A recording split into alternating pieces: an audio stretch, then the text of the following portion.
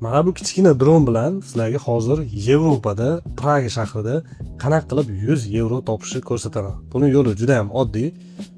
Men mana shu dronni videoga olishni boshladim va menga zakaz kelgan. Mana shu xonadonni, bu Praga shahrining markazidagi xonadon, mana shu xonadonni videoga olish taklifi tushdi. Va men bunga rozi bo'ldim. 100 yevroga zo'r narsa. Hozir sizlarga balkonni ko'rsataman. Dron uchadi, bu yoqdan uchib, naryoqdan oynadan kirib ketadi. Dalshi dron bu yoqqa uchib, kuxnyani olamiz videoga. Bu yoqda sanuzirlar bor, mana ikkita sanuzir. Bu yoqda mana oxirgi spalnya.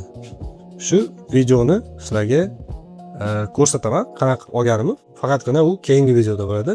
Shuning uchun ham like, podpisatsiya qilinglar, keyingi videoda ko'ringlar.